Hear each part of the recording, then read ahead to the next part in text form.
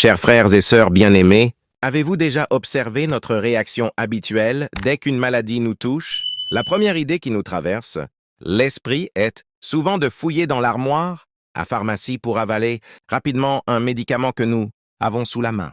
Nous espérons ainsi nous rétablir vite, si Dieu le veut. Nous prenons une pilule, un remède traditionnel, ou nous nous reposons un peu. Mais lorsque cela reste sans effet, l'inquiétude monte. Alors nous décidons. Allons consulter un médecin. Parlons-en à un spécialiste compétent. Nous prenons rendez-vous ou demandons un avis. Dès que le praticien pose son diagnostic et nous remet une ordonnance, un sentiment de sérénité nous envahit déjà. Intéressant, n'est-ce pas? Le simple fait qu'un professionnel est identifié, le problème est proposé un traitement nous redonne de l'espérance. Nous nous précipitons chez le pharmacien, nous suivons la posologie et intérieurement, nous avons l'impression d'avancer vers la guérison. Parfois, nous retournons voir le médecin pour faire le point « je vais mieux » ou « je souffre encore beaucoup ». Pourtant, il arrive un moment, qu'Allah nous en préserve, où même ces remèdes ne produisent aucun résultat.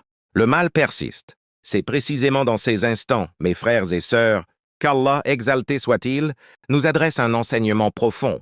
Il nous rappelle doucement l'erreur que nous avons commise dès le départ. Quelle était cette faute? Dès l'apparition de la douleur, de la souffrance ou de l'épreuve, nous avons omis de nous tourner en premier lieu vers Allah. Cela aurait dû être notre tout premier réflexe, avant le médecin, avant les recherches en ligne, avant les comprimés. Nous aurions dû proclamer « C'est toi seul que nous adorons, et c'est toi seul dont nous implorons le secours ». Nous répétons ces paroles tant de fois chaque jour dans la sourate Al-Fatiha, mais dans les actes, nous les oublions.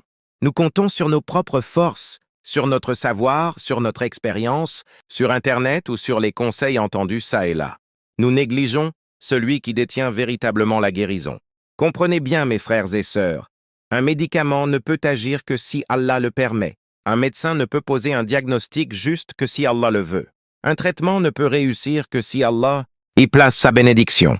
Voilà pourquoi Allah laisse le croyant traverser diverses étapes de maladie ou d'adversité. Non pour le châtier, mais pour lui souffler. Pourquoi ne t'es-tu pas adressé à moi en premier? Soyons clairs, recourir aux soins n'a rien de répréhensible. C'est même une obligation de notre religion. La différence entre le vrai croyant et celui qui n'a pas la foi réside ici. Le croyant s'adresse d'abord à Allah, avant quiconque ou quoi que ce soit d'autre. Quand nous quittons la maison, que disons-nous? Au nom d'Allah, je place ma confiance en Allah. Pourtant, face aux grandes épreuves, santé, angoisse, difficultés, nous oublions cette même confiance. Le prophète, paix et salut sur lui, nous a enseigné que toute affaire importante qui ne commence pas par le nom d'Allah est privée de bénédiction. Même si elle semble réussir extérieurement, la grâce intérieure, la paix profonde, le bénéfice spirituel disparaissent. Pourquoi? Parce qu'Allah en a été exclu.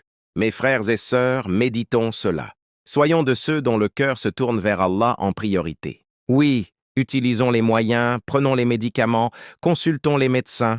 Mais avant tout, levons les mains et disons « Oh Allah, toi qui détiens la guérison, guide-moi, bénis-moi et fais de cela un moyen de rétablissement. » C'est là le début de la vraie sérénité, la base solide de la confiance en Allah. Nous traversons tous une époque éprouvante. Des emplois se perdent, des familles luttent contre l'anxiété, les difficultés se multiplient comme jamais. Nombreux sont ceux qui souffrent dans leur santé mentale. D'autres perdent des proches, leur logement, leur entreprise, tout ce qui représentait autrefois la stabilité. Subhanallah. Qu'Allah, exalté soit-il, répande sa miséricorde sur eux et nous facilite les choses à tous. Amen. Mais je tiens à vous rappeler une vérité essentielle. Parfois, tous nos projets échouent. Pourquoi? Parce que nous avons oublié d'intégrer Allah dans nos calculs. Nous l'avons laissé de côté. Nous avons tout tenté seuls, avec nos ressources, notre intelligence, notre organisation. Nous avons négligé celui qui décide de tout résultat. Que faire alors? Placez Allah au centre de votre vie. Commencez par lui. Tournez-vous vers lui avant toute autre chose ou personne.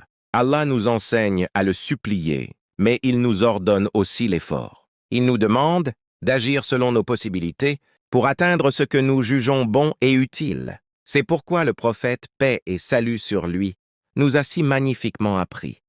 Agis pour ce qui t'est profitable. implore l'aide d'Allah et ne te décourage pas. Prenons un exemple concret. Si vous cherchez un emploi, quel équilibre adopter? Il y a deux extrêmes à éviter. Le premier, certaines personnes se lancent frénétiquement à la recherche d'un poste sans même prononcer Bismillah, sans accomplir leur prière, sans faire de doigts, sans se tourner vers Allah. Elles comptent uniquement sur leur agitation mondaine. Elles peuvent obtenir l'emploi, mais où est la bénédiction dans le salaire, dans le lieu de travail, dans l'environnement? Le maître de la subsistance était absent du processus. L'autre extrême, d'autres affirment « Je place ma confiance en Allah », puis restent assis sans bouger, font une petite invocation et attendent que l'emploi vienne frapper à leur porte, subhanallah. Ils se disent « Si c'est écrit pour moi, cela viendra ». Mais cela est une fausse conception de la dépendance qui refuse l'effort personnel. Le vrai croyant trouve l'équilibre. Il rapporte tout à Allah. Il le remercie de lui avoir donné un cerveau, de la force, de l'énergie, un entourage, des outils, un quartier, des relations. Il le remercie d'avoir placé dans sa vie les moyens d'agir, puis il se lève et passe à l'action. Il dit « Bismillah » et sort. Il va à la mosquée, il postule, il étudie, il construit, il travaille. Il ne reste pas passif en disant « Si c'est écrit, cela arrivera », car tel n'est pas le comportement du croyant. Cela me rappelle une histoire édifiante. Un homme fut surpris en train de voler et conduit devant un juge, l'un des compagnons du prophète, paix et salut sur lui. Au moment du verdict, il tenta de se défendre en disant « Pourquoi me punir? C'était écrit que je vole. » Le juge, plein de sagesse, répondit « Eh bien, il était aussi écrit que nous te punissions. » Subhanallah. L'argument fut clos. Mes frères et sœurs, n'utilisons pas le décret divin comme prétexte pour fuir nos responsabilités. Oui, Allah sait tout. Il a tout écrit, mais nous ignorons notre destination. Je ne sais pas si je vais au paradis ou en enfer.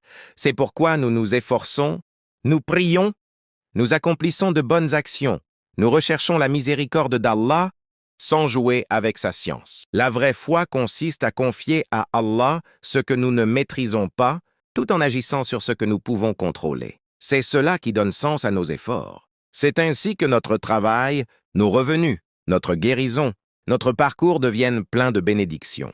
Allah a voilé beaucoup de choses par une sagesse divine. Le fait qu'il sache quelque chose ne signifie pas qu'il nous y ait contraints. Absolument pas. Allah nous a accordé un choix limité, une capacité précise à distinguer le bien du mal. Si nous utilisons ce choix limité de manière insensée, sans réflexion ni guidance, nous en subirons les conséquences. C'est pourquoi Allah nous interrogera au jour du jugement. Il serait totalement injuste de forcer quelqu'un à agir puis de le punir pour cet acte. Mais Allah ne nous force jamais. Il nous a donné la capacité, la volonté, puis il nous a guidés par la révélation, les prophètes, les signes autour de nous. Si nous employons ce choix limité de belle manière, en nous efforçant vers le bien, Allah nous récompensera et il aura pleinement le droit de nous demander « Comment as-tu utilisé ton choix? Que as-tu décidé quand je t'ai donné la possibilité de choisir ?»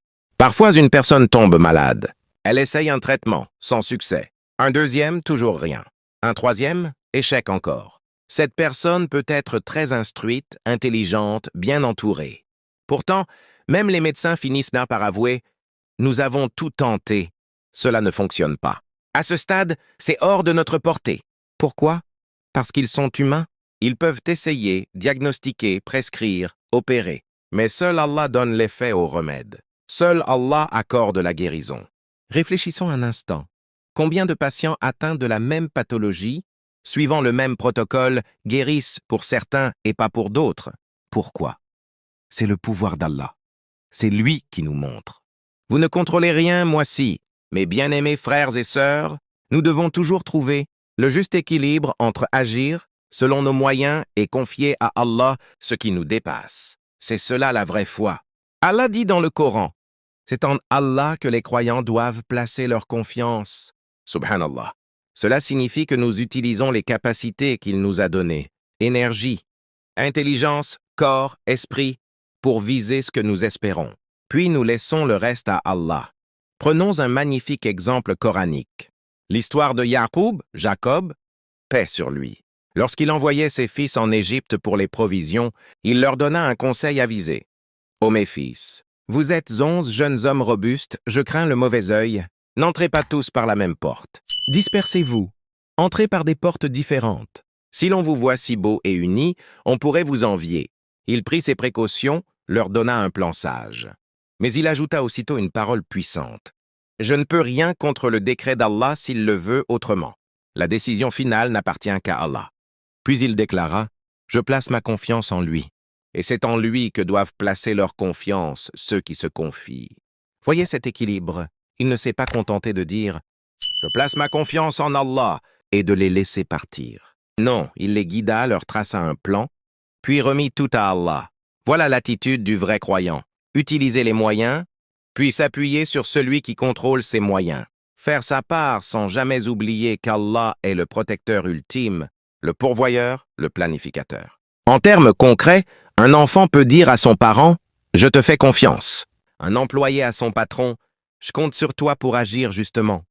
Mais même cette confiance reste limitée, car parents, patrons, médecins sont tous sous la domination d'Allah. Ils ne peuvent agir qu'à un certain degré. Nous disons donc « Oui, je te fais confiance ». Mais en réalité, notre confiance ultime va à Allah. Pour moi comme pour toi, subhanallah. Chacun de nous a reçu d'Allah une capacité limitée, et cette capacité est une épreuve. Nous l'utilisons pour décider, prendre des précautions, faire ce que nous estimons juste. Mais le résultat final appartient à Allah. Reprenons l'histoire de Youssouf, paix sur lui. Au début, son père Yacoub lui donne un conseil sage.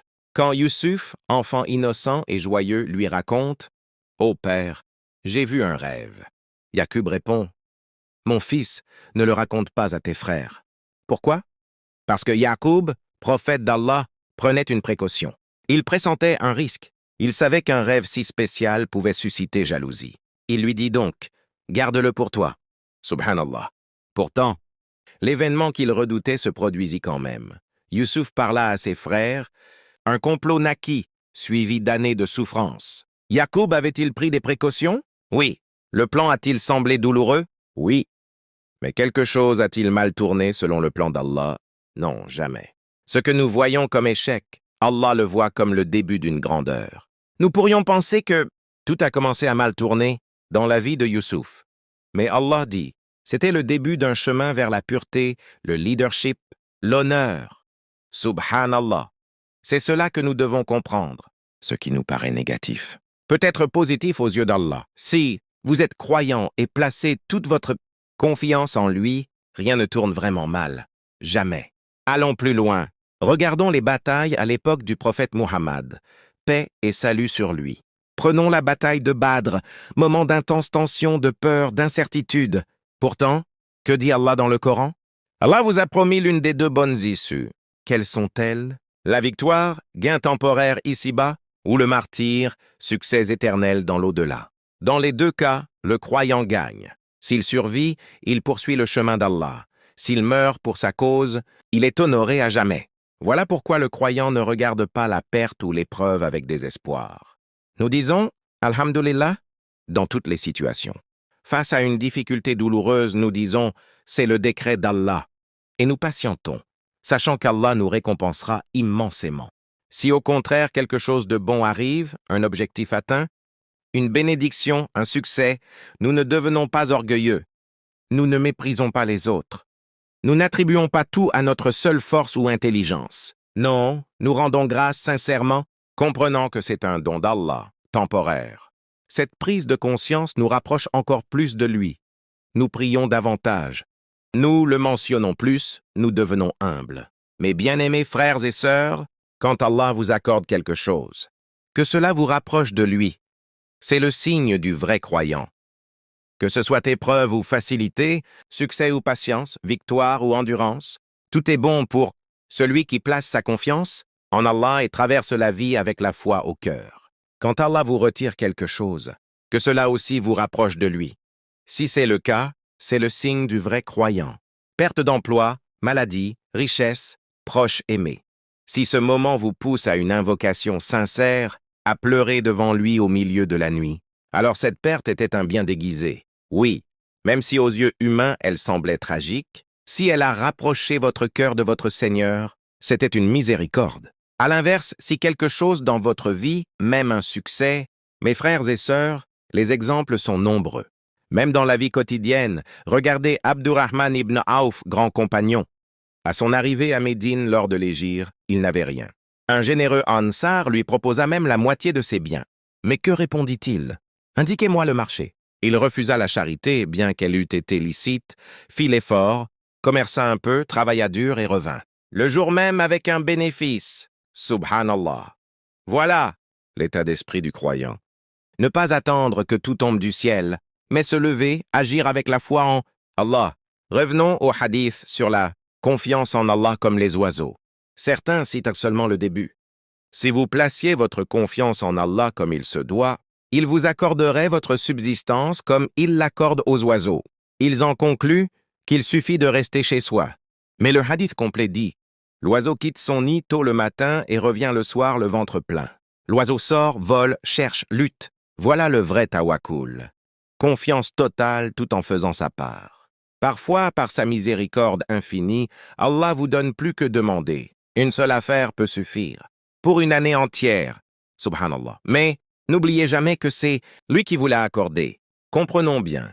Placer sa confiance en Allah n'est pas rester inactif. Il faut agir, utiliser la capacité limitée qu'il nous a donnée. C'est là l'épreuve. Celui qui dit « Je place ma confiance en Allah », mais n'attache pas son chameau, comme le prophète nous l'a enseigné, se trompe lui-même. Le vrai tawakkul consiste à dire « J'ai attaché le chameau », fermé la porte, activé l'alarme, pris toutes les mesures raisonnables, et maintenant je remets à Allah. Même si, malgré tout, vous rentrez et trouvez tout volé, vous dites « Alhamdulillah, nous appartenons à Allah et à lui nous retournons. » Voilà le cœur du croyant. Nous louons Allah d'abord, même dans la perte, car nous savons que c'est une épreuve. Allah observe. Je te l'ai donné, maintenant je le reprends. Comment réagis-tu? Mais celui qui laisse tout ouvert et dit « Rien n'arrive sauf par la volonté d'Allah » utilise une vérité pour justifier la négligence. Ce n'est pas de la confiance, c'est de l'irresponsabilité. Subhanallah. C'est simple. Nous fermons tous nos portes le soir, sachant que quelqu'un déterminé pourrait quand même entrer. Mais nous prenons nos précautions et disons « Oh Allah, j'ai fait ma part, je te remets le reste. » Nous récitons Ayat al-Kursi, les 3 couls, nos invocations du soir, puis nous dormons paisiblement. Parce que notre confiance est en Allah, et c'est là le vrai apaisement. Le même principe s'applique à la maladie. Beaucoup s'angoissent. Et si je l'attrape? Et si je ne guéris pas? Leur inquiétude les rend plus malades que la maladie elle-même. Avez-vous pris vos précautions? Avez-vous suivi un traitement? Avez-vous invoqué Allah? Alors soyez tranquilles. Si Allah le veut pour vous, cela arrivera. Et si cela arrive, sachez que c'est un don d'Allah, un moyen de purification et d'élévation. Dites « Alhamdulillah » et patientez. Voilà comment le croyant traverse l'épreuve. Préparation, confiance, pleine dépendance envers le très miséricordieux. Aimez bien-aimés frères et sœurs, si Allah a écrit que ces jours sont vos derniers, rien ni personne ne pourra changer cela. Mais voici ce que vous pouvez faire. Retournez à Allah avec la certitude que vous lui répondrez un jour en disant « Oh Allah, j'ai fait de mon mieux avec la capacité que tu m'as donnée. » C'est tout ce qu'Allah demande. Votre meilleur dans la limite de vos moyens qu'il vous a lui-même accordé. Il vous demandera « Comment as-tu pris soin du corps que je t'ai confié ?» Vous répondrez « Oh Allah, je n'ai pas fumé, pas bu, je me suis écarté de ce qui nuisait à ce dépôt. Face à une épidémie, j'ai pris des mesures raisonnables, sans excès ni désobéissance. Subhanallah. Même si malgré tout vous partez, vous ne serez pas interrogé sur votre mort. Mais celui qui met fin à ses jours sera questionné. Pourquoi as-tu fait cela? Si vous êtes parti sans y avoir contribué directement, en ayant protégé votre...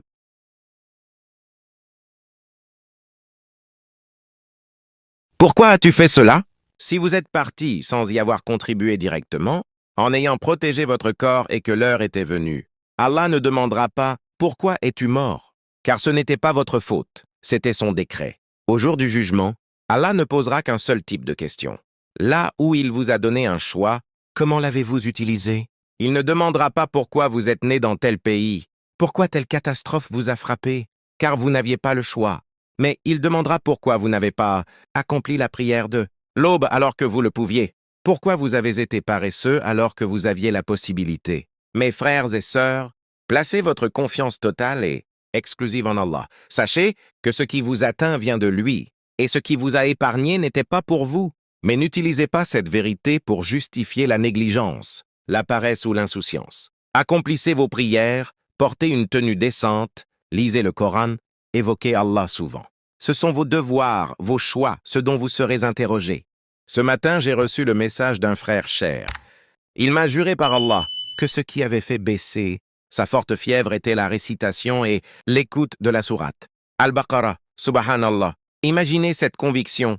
Bien sûr, il avait sûrement pris d'autres traitements, mais dans son cœur, la vraie guérison venait de la sourate Al-Baqarah. Quand nous lions notre cœur à Allah, même en prenant un médicament, nous disons « Oh Allah, j'ai pris ce remède, mais je crois que la guérison vient uniquement de toi. Fais-en un moyen de ton shifa. Alors Allah vous guérira non par la pilule, mais par votre confiance en lui. » Des gens atteints de la même maladie prennent le même traitement. Certains guérissent, d'autres non. Pourquoi? Parce que la guérison est entre les mains d'Allah. Rien n'égale le pouvoir d'Allah. Et voici quelque chose d'encore plus fort. Rien de mauvais n'arrive jamais aux vrais croyants. Ce n'est pas moi qui le dis. C'est le hadith du prophète. Paix et salut sur lui. Tout est bon pour le croyant. S'il lui arrive une difficulté, il patiente et c'est bon pour lui. S'il lui arrive une joie, il rend grâce et c'est bon pour lui. Subhanallah. Quelle situation gagnante! La vie entière du prophète Muhammad, paix et salut sur lui, fut remplie d'épreuves. Pourtant, il ne se plaignit jamais à Allah. Jamais. Des événements qui nous auraient brisés, il les accepta comme un bien. Quand on le rejetait, le moquait, le blessait, il levait les mains et disait « Oh Allah, j'ai transmis ton message. Guide mon peuple, ils ne savent pas. Et s'ils n'avaient pas écrit la guidance pour eux, qu'ils l'écrivent pour leurs enfants. Allahu Akbar, quelle miséricorde face à la douleur. Et cela porta ses fruits. Les descendants de ces mêmes gens devinrent des piliers de l'islam. Quand une épreuve frappe, ne gaspillez pas ce moment précieux. Beaucoup jurent, s'emportent. Vous gaspillez alors la main des anges. Dites plutôt « Oh Allah, accorde-moi un enfant pieux. Oh Allah, accorde-moi un bon emploi. Oh Allah, guéris-moi. Oh Allah, pardonne mes péchés. » Profitez de ce moment où les invocations sont exaucées. Subhanallah. Tout ce qui arrive, bon ou mauvais, était déjà dans le plan d'Allah. Mais gardez l'équilibre.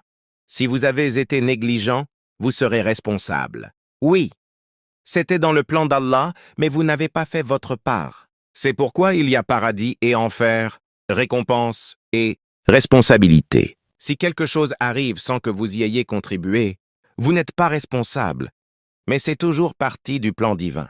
Cela me rappelle un beau hadith. Un homme demanda au prophète, paix et salut sur lui. Ô messager d'Allah, je place ma confiance en Allah. Dois-je attacher mon chameau ou le laisser détacher?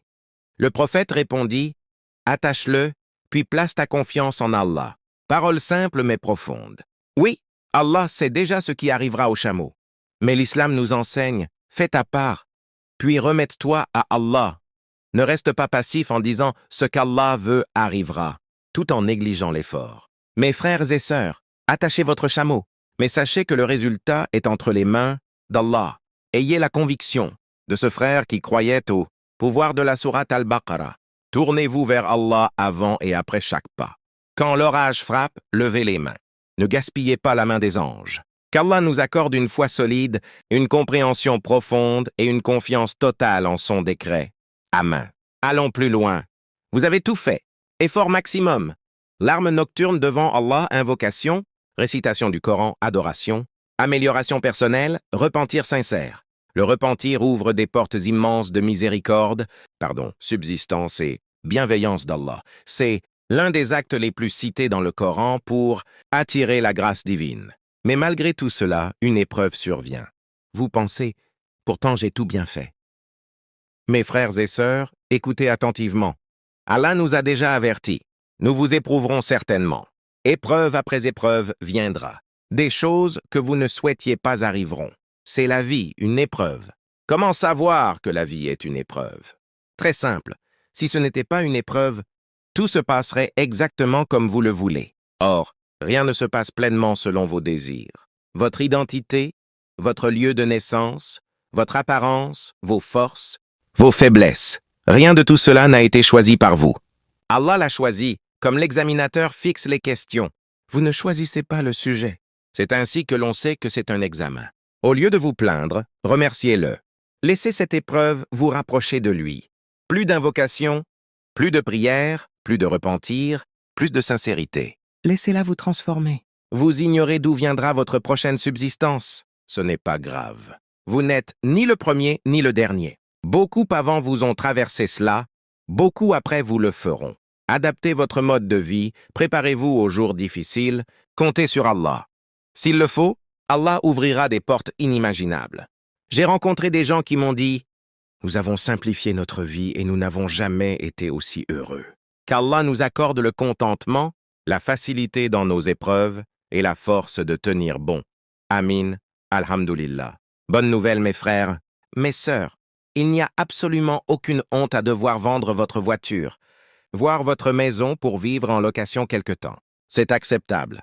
Ne laissez pas la gêne vous paralyser, car vous seriez le seul à en souffrir. Humainement, cela peut paraître triste. Mais spirituellement, c'est exaltant. Si Allah a choisi ce chemin pour vous, dites « Alhamdulillah, c'est son plan divin ».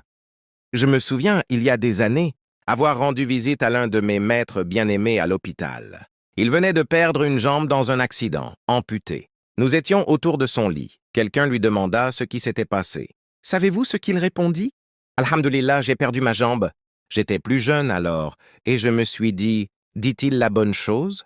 Ne devrait-il pas être triste? Mais il nous expliqua, pendant plus de 35 ans, j'ai utilisé cette jambe pour marcher vers la mosquée. Jamais pour désobéir à Allah. Quand son heure est venue, Allah l'a reprise. Alhamdulillah. Il l'a reprise avant que je puisse la mal utiliser. Subhanallah. Quel degré de certitude. Quelle connexion avec son Créateur. Il ajouta, je prendrai une prothèse et continuerai à marcher. Ce n'est pas la fin du monde. Combien d'entre nous sont prêts à accepter le décret d'Allah avec une telle foi et une telle positivité? Si vous le faites, vous vivrez pleinement, spirituellement, émotionnellement, mentalement, car la qualité de votre vie s'améliore à mesure que votre lien avec Allah se renforce. Mais si vous laissez la tristesse vous envahir, si la honte vous isole, vous souffrirez sur tous les plans. Soyez positif, solide, connecté à Allah. Il est avec vous. Il sait exactement ce que vous traversez. Parfois, la bénédiction nous est retirée non par manque, mais parce que nous n'avons pas accepté ce qu'Allah avait choisi pour nous. Certains, quand Allah leur donne la richesse, s'éloignent de la religion. D'autres, quand il la retire, s'éloignent aussi. Mais il y a ceux qui, quand Allah les éprouve en retirant quelque chose, se rapprochent de lui. Et ceux qui, quand il donne, deviennent encore plus reconnaissants et obéissants. Allah dit dans le Coran, « Nous facilitons à chaque âme le chemin qu'elle choisit. Chacun a sa route, et Allah, dans sa miséricorde, facilite le chemin vers lequel vous penchez. Qu'Allah nous facilite le chemin du bien, celui qui mène à la paix du cœur, à la force dans la foi, à la beauté ici-bas et dans l'au-delà. Amin. L'une des plus belles invocations que nous pouvons faire est celle qu'Allah nous enseigne dans le Coran. Seigneur, accorde-nous le bien ici-bas, le bien dans l'au-delà et préserve-nous du châtiment du feu. L'homme désire le bien dans les deux mondes, et Allah vous le donnera. Mais parfois, ce que vous pensez être bon pour vous ne l'est pas, et ce que vous détestez est parfois le meilleur. Allah donne ou retient selon sa miséricorde, sa science est votre lien avec lui, ou plutôt son lien avec vous. Écoutez ce magnifique hadith. Le prophète, paix et salut sur lui, a dit, celui qui s'approche d'Allah d'un empan, Allah s'approche de lui d'une coudée. Celui qui marche vers Allah, Allah court vers lui. Subhanallah. Vous vous rapprochez d'Allah, il se rapproche davantage de vous. Et ce hadith qui me fait toujours réfléchir, le prophète dit à ses compagnons, celui qui aime rencontrer Allah, Allah aime le rencontrer. Avez-vous déjà pensé à cela?